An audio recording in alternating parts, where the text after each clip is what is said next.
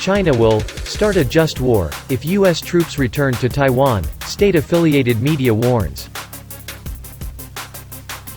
The editor of China's state-backed Global Times newspaper has taken aim at an article published in the Professional Journal of the U.S. Army which calls for a return of American forces to Taiwan. Xijn tweeted his disdain at the piece written by Captain Walker D. Mills, from the U.S. Marine Corps in the latest edition of Military Review. In the piece, Mills says that the regional balance of power in East Asia is shifting away from the United States and Taiwan and towards mainland China. In his view, this meant that the U.S. needed to consider basing ground forces on the island, if it is committed to defending Taiwanese sovereignty.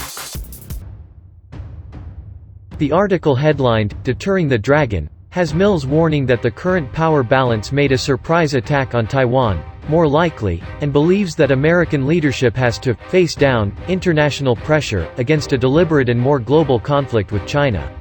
If Chinese forces can prevent U.S. forces from responding reflexively or immediately to PLA (People's Liberation Army) aggression, the United States will either accede to a quick PLA victory in a Taiwanese mainland China conflict or be forced to wage a long, costly campaign to re-establish access to Taiwan with a far from certain outcome, Mills wrote.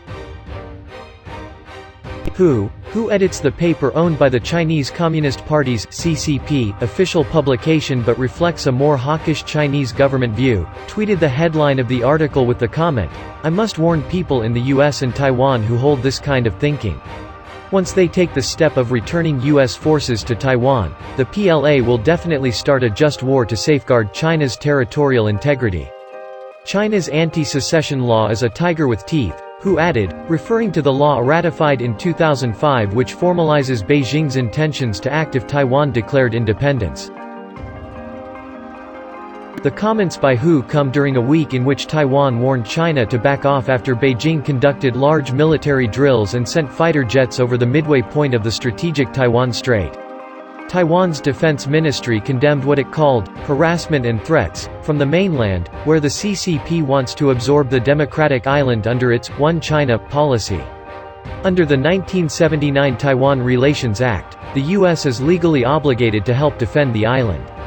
I will not dismiss Hu Zijin's tweet.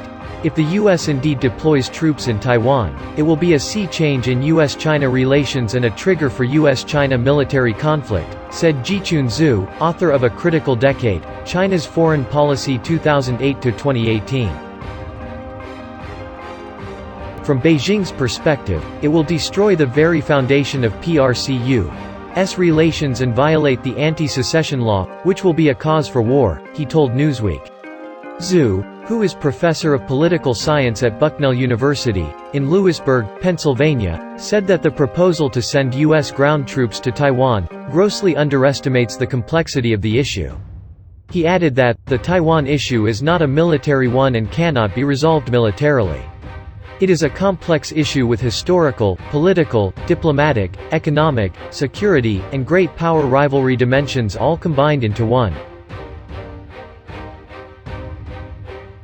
Meanwhile, Steve Tsang, director of the SOAS China Institute in London, said that the threat by the Global Times editor does not seem necessary or justified, as he believed there was no indication as yet that the U.S. government was planning to deploy troops to Taiwan. I can see the U.S. improving coordination and cooperation with Taiwan's defense forces as tension across the Taiwan Strait increases. But increasing coordination and cooperation or training together does not amount to deploying troops to Taiwan, he told Newsweek.